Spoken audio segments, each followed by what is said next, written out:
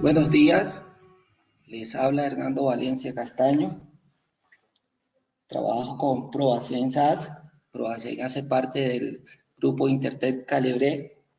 Es una firma de ingeniería especializada en transferencia de custodia de hidrocarburos y petroquímicos, certificación de cantidad y calidad. También realizamos pruebas de pozos con medidores multifásicos y metrología en recipientes volumétricos. Nuestros servicios y estructuras incluyen laboratorio de metrología, laboratorio de ensayo y la parte de inspección de la cual yo dirijo. Asimismo, ofrecemos servicios de capacitación en medición de hidrocarburos y estamos ofreciendo uno de los mejores diplomados teórico-prácticos en el mercado en control de pérdidas de hidrocarburos. Como bien lo dijo Angie, nuestra temática está basada en los servicios de certificación a estaciones de servicios y plantas de abastecimiento de combustible. Nuestra agenda. Primero vamos a revisar el objetivo de esta presentación. Vamos a ver algo de las referencias normativas, la importancia de estar certificado. Vamos a revisar en qué consiste la certificación. Revisamos algunos términos relacionados con el tema y finalmente nos vamos a enfocar en los requisitos a evaluar. Primero entonces le mostramos el objetivo que nos trazamos con la presentación. En esta presentación nosotros pretendemos presentar de forma resumida la normatividad, la terminología y los requisitos que se evalúan para determinar la conformidad de las instalaciones en estaciones de servicios y plantas de abastecimiento de combustibles líquidos. Vamos a tratar de ser muy puntual en las observaciones y en tratar de mostrarle cuál es la metodología que actualmente se está utilizando para evaluar la conformidad de estas instalaciones. Veamos algunas de las referencias normativas. En esta parte nosotros quisimos ser muy generales realmente. Quisimos traer y presentarles acá solamente la normativa internacional. Dentro de esa normativa internacional encontramos la normativa que desarrolla la Agencia Nacional de Protección contra el Fuego de Estados Unidos, NFPA, en los estándares NFPA 11, NFPA 16, NFPA 22, NFPA 30, NFPA 70 y NFPA 77. Bueno, ahí realmente me quedó faltando un poquito la NFPA 30A, que es la que aplica para el tema, muy puntual para el tema de estaciones de servicio. La NFPA 11 es la norma para la instalación de rociadores de espuma y agua y sistemas de espuma y agua, de rociado de espuma y agua. La NFPA 22 es la norma para tanques de agua para protección privada contra incendios. La NFPA 30 es el Código de Líquidos Inflamables y Combustibles. Esta norma realmente es la que estamos aplicando para evaluar la conformidad de las plantas de abastecimiento. Y también hay una partecita en lo referente a tanques que también lo aplicamos a la parte de evaluación de conformidad de estaciones de servicio. La NFPA 30A es el código para instalaciones de dispensación de combustible de motor y garajes de reparación. Esta, como lo dije anteriormente, es la norma utilizada para evaluar la conformidad de las estaciones de servicio. La NFPA 70 es el Código Eléctrico Nacional de Estados Unidos y la NFPA 77 es la práctica recomendada sobre electricidad estática. Bueno, sí, bien, esta es la normativa internacional aplicable. También tenemos que conocer que cada una de las naciones, en cada uno de los países, existen reglamentaciones relacionadas que en su gran mayoría están basadas y están elaboradas en estas normas. Lógicamente, cuando se expide una reglamentación, esas reglamentaciones son de obligatorio cumplimiento. También tenemos otra norma, que es una norma API. Es el API 650. Como muchos de ustedes saben, ese es el API, la norma API que se utiliza para la construcción, diseño, construcción y erección de tanques. De igual modo, tenemos un estándar ANSI, el ANSI B31-3. Ese estándar aplica para todo lo que tiene que ver con tuberías. Nosotros tenemos en las instalaciones, tenemos vasijas, tenemos tanques y también tenemos tuberías. Entonces, esas tuberías, sobre todo las tuberías de acero, se evalúan teniendo en cuenta los requisitos y los criterios del ANSI B31-3. Veamos en qué consiste la certificación. La certificación de estaciones de servicios que suministran combustibles líquidos derivados del petróleo consiste en la evaluación de los requisitos técnicos establecidos por la autoridad correspondiente y que se incluyen en las normas internacionales sobre protección de las instalaciones. ¿Qué es lo que queremos buscar con una certificación? Queremos operar de forma segura, queremos no tener ningún tipo de incidentes. Si se nos presentan algún tipo de incidente, tengamos un programa de respuesta de emergencia, de respuesta rápida, que nos pueda controlar cualquier incidente. Los gobiernos, los estados, también ven esta actividad de combustible como una actividad de mucho riesgo. Entonces, por esa razón, estas autoridades también emiten una serie de reglamentación relacionada. La evaluación, ¿quiénes la realizan? La evaluación es realizada por inspectores competentes, los cuales evalúan la conformidad de cada uno de los numerales establecidos con las resoluciones, con las reglamentaciones, con las normas que se han tomado como requisitos. Cuando la estación de servicio cumple a cabalidad con los requisitos, entonces se emite un certificado de inspección en el caso cuando la evaluación de conformidad se hace por inspección, o se puede emitir un certificado de conformidad cuando lo emiten certificados, institutos, organismos de certificación. Veamos alguna de la terminología. Nuestras evaluaciones de conformidad nosotros las hacemos por inspección. Veamos entonces de qué se trata el término inspección. Este término fue tomado de la definición que aparece, estos términos en general fueron tomados de las definiciones que aparecen en la norma ISO 17000. Y en la norma ISO 17000 la inspección se define como el examen del diseño de un producto, del producto, proceso o instalación y determinación de su conformidad con requisitos específicos o sobre la base del juicio profesional con requisitos generales. Fíjense que en esta definición, qué tan importante es la competencia del personal. Por eso nos están hablando acá de juicio profesional. O sea, juicio profesional es cuando ya una persona sabe resolver los problemas que se le presentan en su actividad.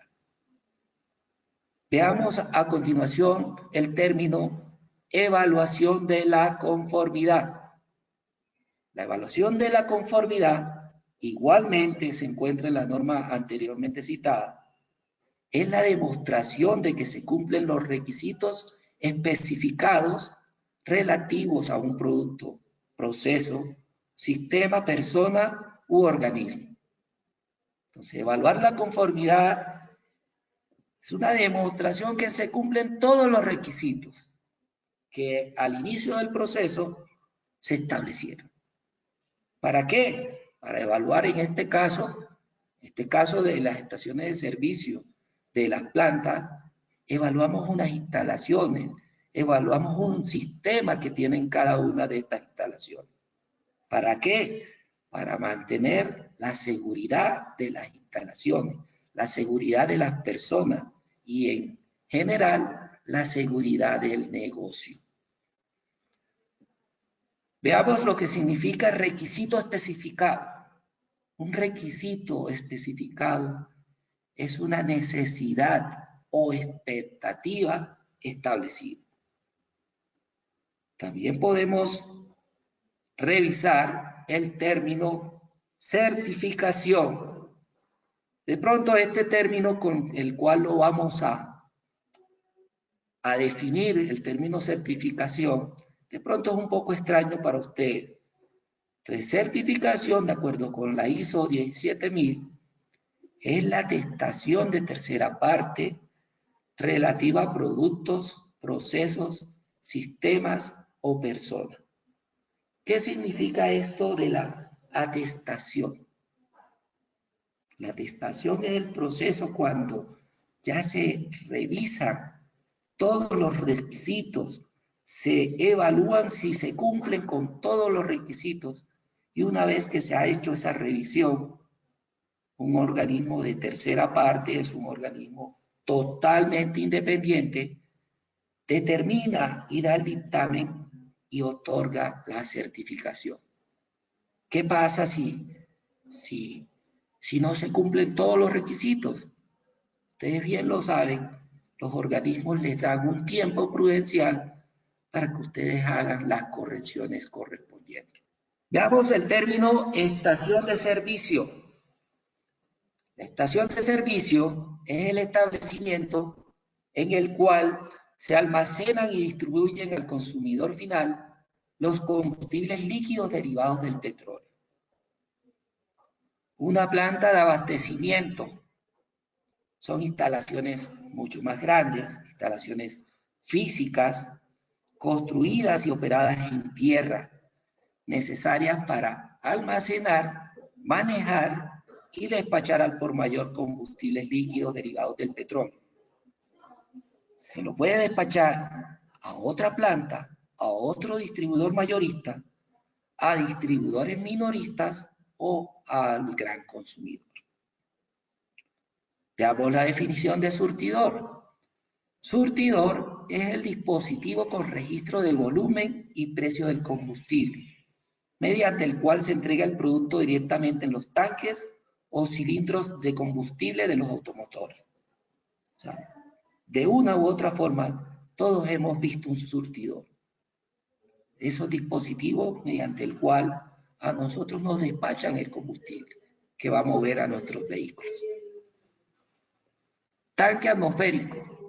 Es un tanque de almacenamiento de combustibles diseñados para operar a presiones que van desde la presión atmosférica hasta 0.035 kilogramos por centímetro cúbico.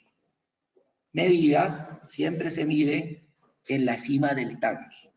Veamos la importancia de estar certificados. Para ejercer la actividad de distribución, ya sea como mayorista o como minorista de combustibles líquidos derivados del petróleo, se deberá obtener previamente autorización de la autoridad correspondiente el certificado de conformidad expedido por un organismo de evaluación de la conformidad sobre el cumplimiento de los requisitos contemplados y el reglamento técnico emitido por la autoridad competente. Si no hay un reglamento técnico, entonces esos requisitos los encontramos en las normas estas internacionales que citamos anteriormente. La evaluación de la conformidad ayuda a garantizar que los productos y servicios cumplan las promesas que generan en los clientes comerciales, consumidores, usuarios y funcionarios públicos, relacionadas estas promesas con características tales como calidad, ecología, seguridad, economía, fiabilidad, contabilidad, interoperabilidad, eficiencia y eficacia. A la vista es muy claro que todos queremos tanquear combustibles en estaciones que sean confiables, estaciones que el producto lo vendan, el volumen de combustible lo vendan de forma confiable, de forma ajustada. O sea, que midan muy exactamente ese combustible. Igual también nosotros tenemos la confianza cuando tanqueamos combustibles en aquellas instalaciones seguras, que se muestran bien robustas, que tienen buenas prácticas de seguridad y de operación. Precisamente esta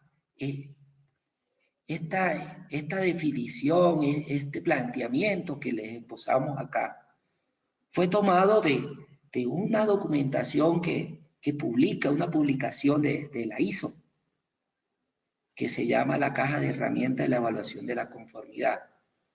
Y coincido totalmente con esta apreciación.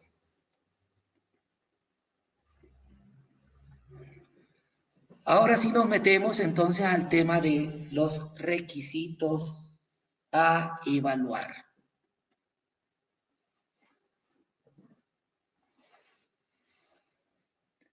Requisitos, primero vamos a tratar los requisitos para las plantas de abastecimiento de combustible.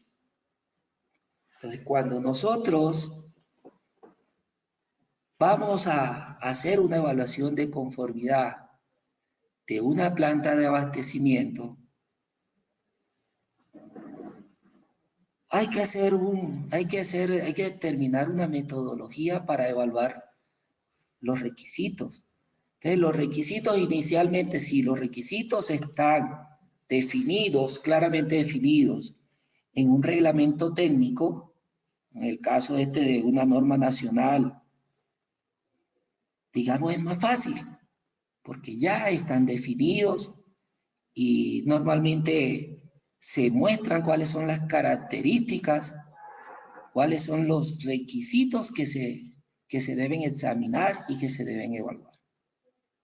Si no se tienen los requisitos totalmente establecidos, claramente establecidos de acuerdo con el país correspondiente, entonces nos debemos basar en los requisitos establecidos en las normas internacionales. En este caso que les hablaba de las normas NFPA, sí.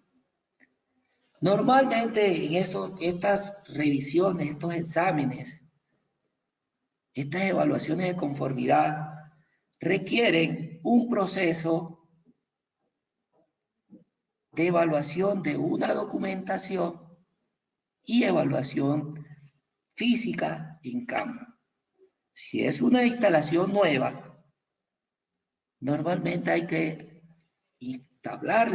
entablarle la solicitud correspondiente a la autoridad correspondiente, ya sea ministerio del país correspondiente, y normalmente se le pide una descripción generada y justificada del proyecto, plano general de la localización, capacidad de almacenamiento del combustible y cuál es la zona de influencia a la cual va a abastecer la planta.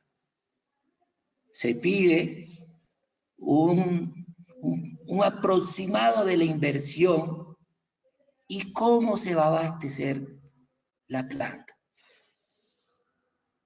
Una vez que se ha realizado, se ha anexado y se ha hecho esa solicitud, entonces la autoridad verifica los documentos y hace una visita y un estudio de la documentación. ¿Qué se verifica? Se verifican los planos, se verifican los criterios de racionalización, la distancia de los linderos a sitios de alta densidad poblacional. Normalmente nos hablan de, bueno, la NFPA actualmente nos habla de unos 90 metros. En mi país son 100 metros actualmente. Digamos, las normas internacionales nos hablan de esa distancia, que lo que buscan es poner distancia entre el riesgo y las personas. Una vez que se ha revisado la documentación y se ha visto que el proyecto es viable, entonces la autoridad correspondiente autoriza la construcción de la planta. Si hay algunas cosas que hay que subsanar, pues le dan un tiempo a la planta para que lo subsane. O si las no conformidades o los incumplimientos son muy grandes, porque digamos no se ve que esté bien desarrollado el proyecto, la autoridad también tiene la potestad de negar o no autorizar la construcción de la planta.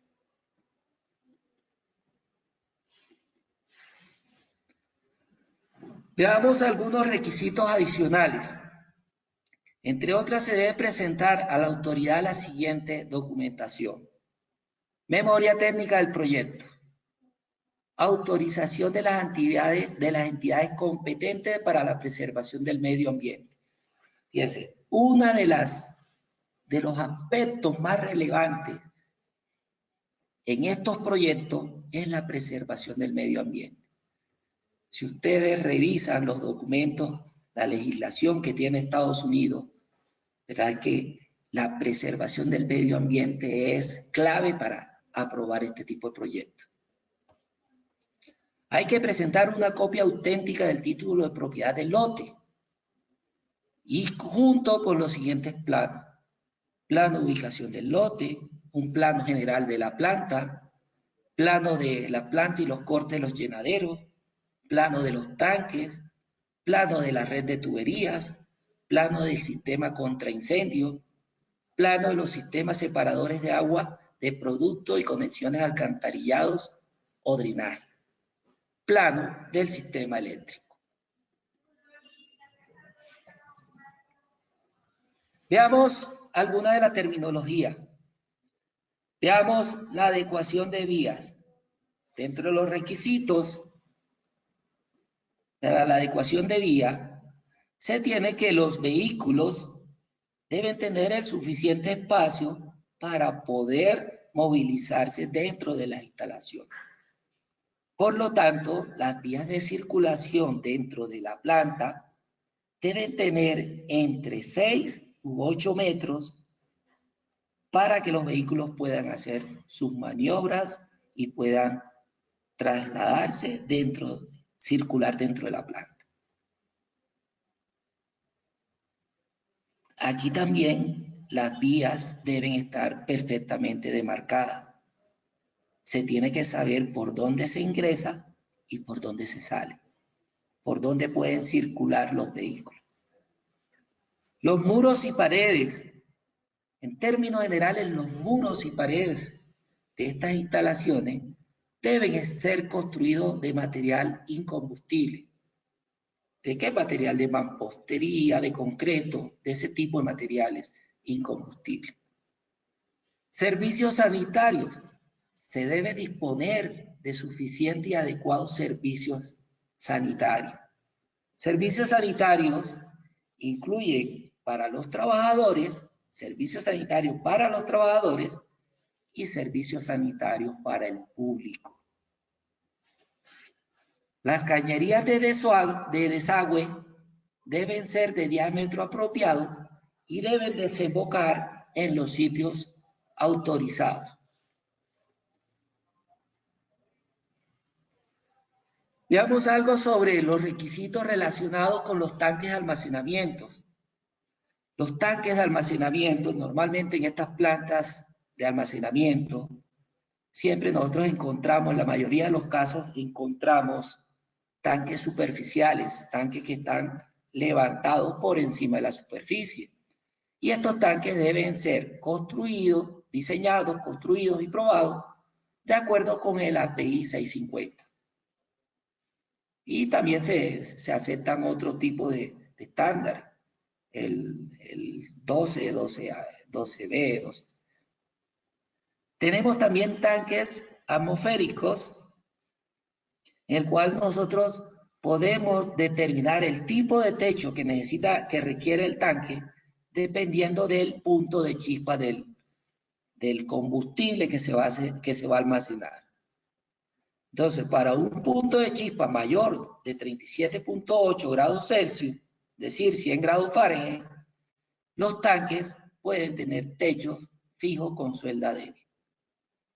Estos son unos productos que en caso que se logre una sobrepresión en el tanque, entonces lo primero que sale es el techo y de esa forma se despresurizaría el tanque, el producto en el tanque.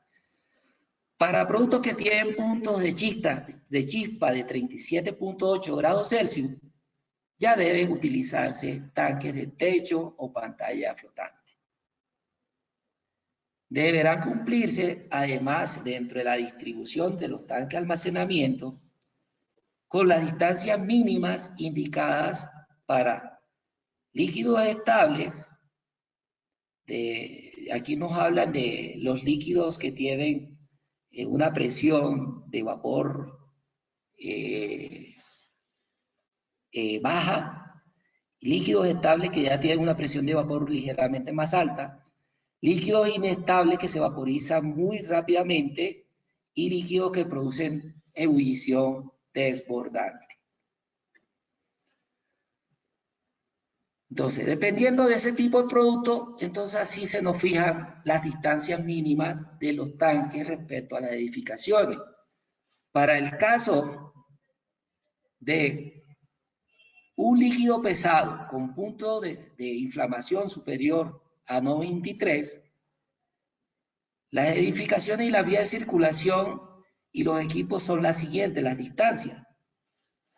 Para una capacidad de tanque de 12.000 galones o menos, la distancia mínima desde la línea de propiedad sobre la cual se puede construir, incluido el lado público, es de 5 pies. Y así podemos ver todas las distancias que están establecidas. O sea, para cada una de las configuraciones correspondientes, dependiendo del tipo de producto, dependiendo de la capacidad de cada tanque, nosotros vamos a tener aquí que consultar la tabla correspondiente para determinar cuál es la distancia mínima en pies. Para ese mismo caso, para tanques de menos de 12.000 galones, la distancia mínima desde el lado más cercano de cualquier vía pública o desde el edificio importante más cercano en la misma propiedad al tanque debe ser de 5 pies. La medida que va aumentando la capacidad del tanque, de los tanques, vemos que también va aumentando la distancia.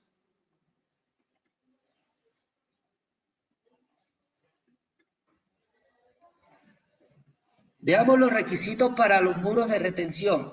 Estos muros de retención son los que nosotros conocemos como los diques. Esos diques, el piso, o sea, nosotros lo que queremos evitar en este caso, los muros de retención, que en caso de que haya un derrame, el producto quede contenido. Por lo tanto, esos muros de retención deben ser impermeabilizados. Se recomienda que tengan una altura mínima entre 60 centímetros, una altura mínima de 60 centímetros y una máxima de 1.8 metros. ¿Por qué creen que se pide ese requisito? ¿Cuál es la estatura de un hombre promedio? 1.80 más o menos, por ahí. Entonces, esa es la máxima altura, se limita hasta esa altura para que un hombre en caso de una conflagración, de una emergencia, pueda salir rápidamente del dique. En algunos casos donde por algún motivo se exceda esto, entonces hay que buscarle los dispositivos correspondientes para que también la persona, si se encuentra dentro, pueda salir rápidamente. Digamos un tipo de escaleras, de ese tipo de dispositivo. Capacidad neta de un muro de retención que contiene un solo tanque.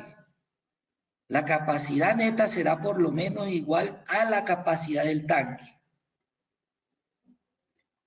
Si el recinto contiene 2 o más tanques, su capacidad neta será por lo menos igual a la del tanque de mayor capacidad dentro del recinto, más el 10% de la capacidad de los otros tanques.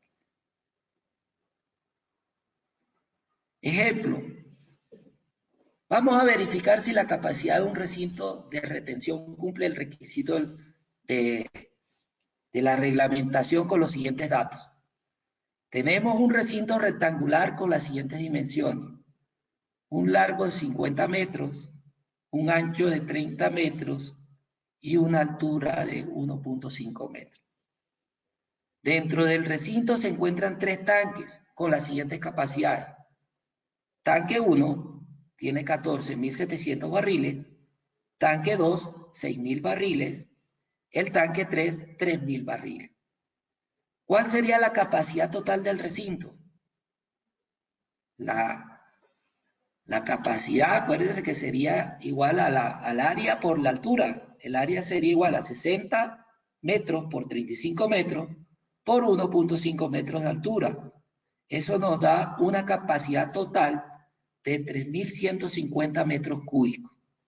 Si lo llevamos a barriles, para poder hacer una comparación en las mismas unidades, lo multiplicamos por 6.289812 y esto nos daría 19.812.91 barriles. ¿Cuál es la capacidad de contención requerida? De acuerdo con esto nos dice que es la capacidad del mayor tanque, en este caso es 14.700, más el 10% de la sumatoria de las capacidades de los otros tanques. Esto nos da 15.600 barriles. Entonces, ¿será que cumple? Claro que sí cumple. O sea, se puede contener, el dique puede contener hasta 19.812 barriles. Y la capacidad requerida es menor, es 15.600.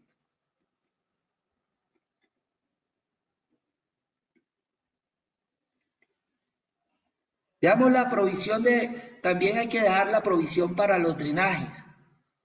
Entonces, nosotros queremos asegurar la integridad de nuestro dique. ¿En qué estado normalmente deben encontrarse esos drenajes? Deben encontrarse cerrados. La operación normal de los drenajes debe ser cerrada.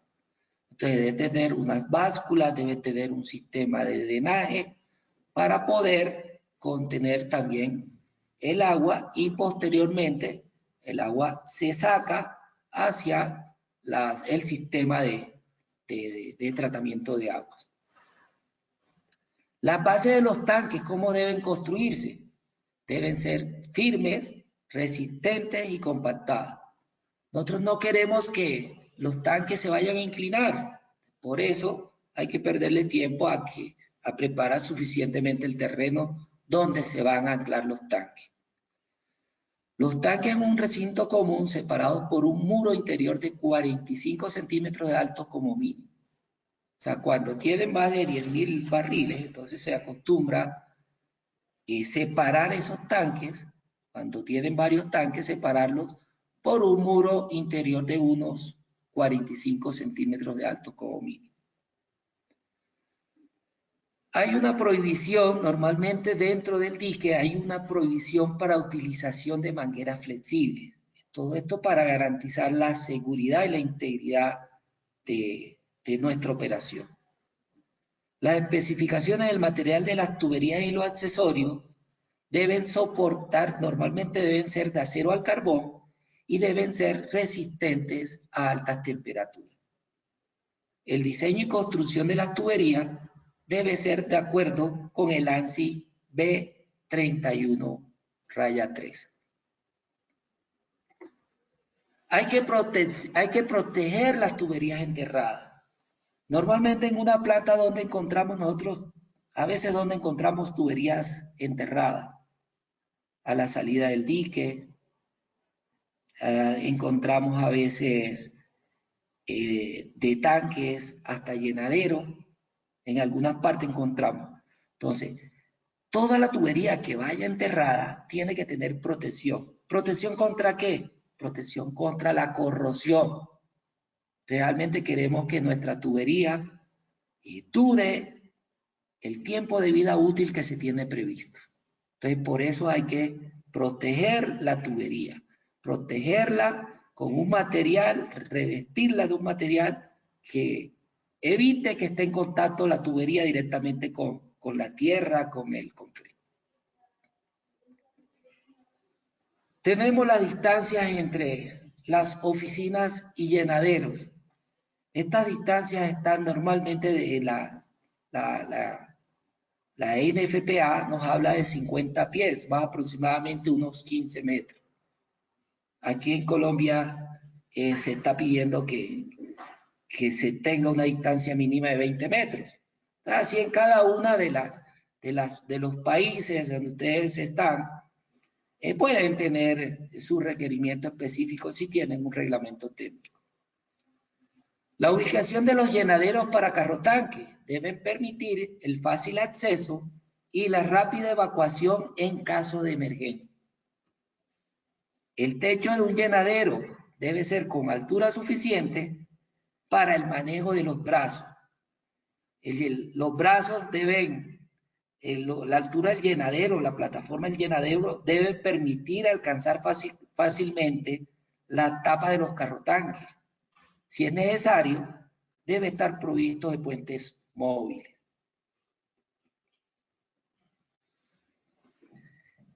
Especificaciones de las plataformas de llenado.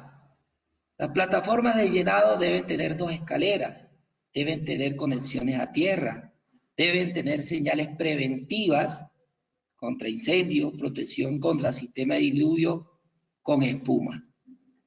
Las instalaciones eléctricas deberán cumplir con la última versión de la norma NFPA. La electricidad estática y las conexiones a tierra. Entonces, para las conexiones estáticas, conexiones a tierra, realmente lo que se debe garantizar es la conductividad de las partes metálicas por las cuales circula el fluido. El caso de un llenadero, fíjense en la figurita. Esta partecita de acá está hecha en un material que es no conductor. Entonces aquí lo que hacemos es instalarle un puente para que la corriente circule. Sistema contra incendio. Debe tener un sistema de hidrantes y monitores para enfriamiento y un mínimo almacenamiento de agua contra incendio de 4 horas. Los equipos de primeros auxilios, equipos de respiración autónoma, una camilla, un botiquín dotado con todo lo que se requiere para atender una emergencia. Debemos tener buenos sistemas de comunicaciones para comunicarnos con quién, con los bomberos de la localidad, con las instalaciones vecinas relacionadas. Estos sistemas de comunicaciones deben probarse regularmente. Las instalaciones deben tener un plan de emergencia que debe tener en forma escrita para casos de fugas, procedimientos de emergencia para, en caso de fugas, cómo actuar. Debe tener una brigada u una organización similar.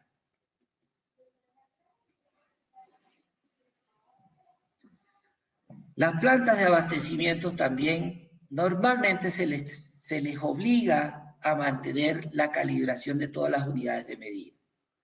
O sea, están obligados a medir con buena exactitud. Entonces, hasta ahí revisamos la parte que tiene que ver con planeamiento. Ya en lo que queda vamos a revisar algunos de los requisitos establecidos para estaciones de servicio de combustible.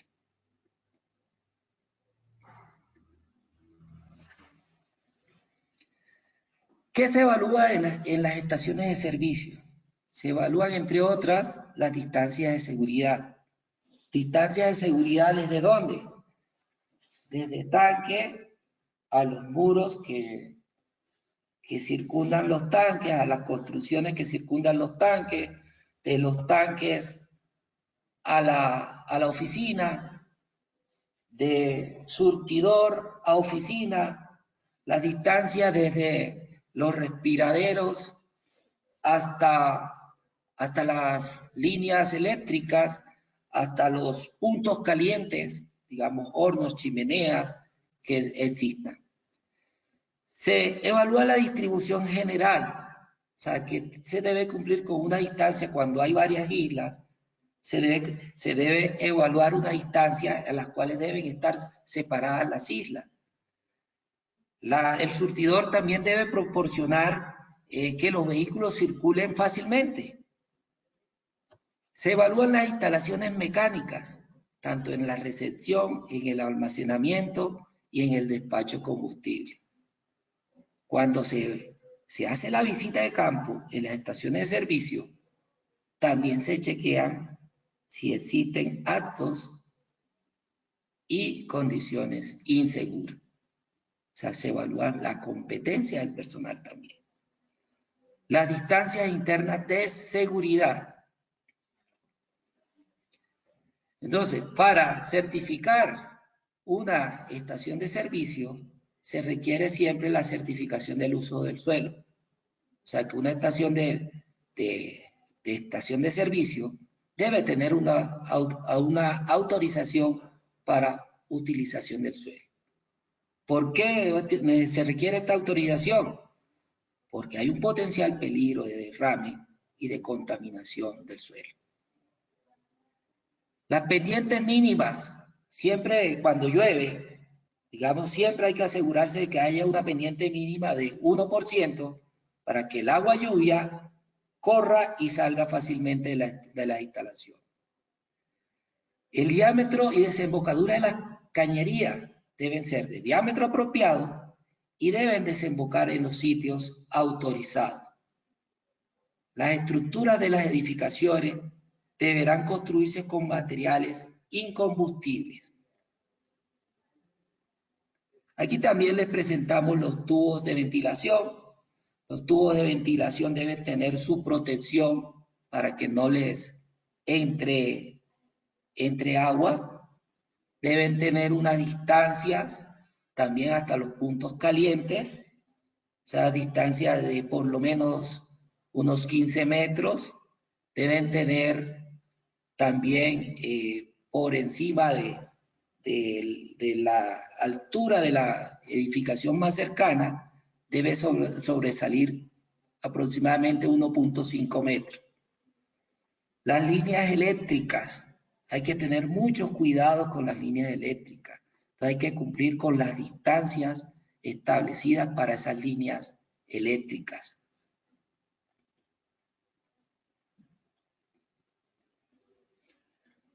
Aquí le mostramos cómo se tiene la distribución general de la planta. Entonces tenemos un área de tanques, tenemos un área de surtidores, tenemos un área de oficinas. Entonces toda esa distribución debemos tenerla en cuenta. Aquí le mostramos en la fotografía de unos surtidores. Estos surtidores, estas mangueras, mediante el cual se surte el combustible, también deben tener su protección para que la bomba solamente actúe o se active cuando se pulsa la manguera, aquí el mecanismo de la manguera.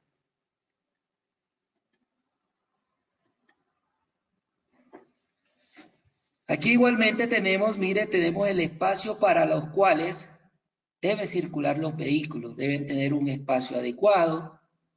Las instalaciones, las EDS deben tener unas barreras para que algún vehículo, algún imprudente no vaya a dañarnos las instalaciones.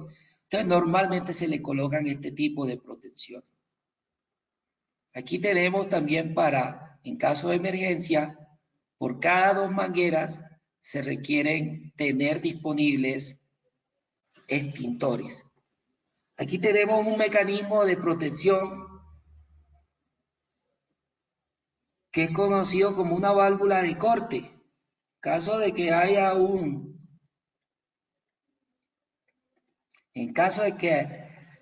un impacto fuerte, entonces esta válvula de corte o válvula de impacto se cierra y de esa forma se controla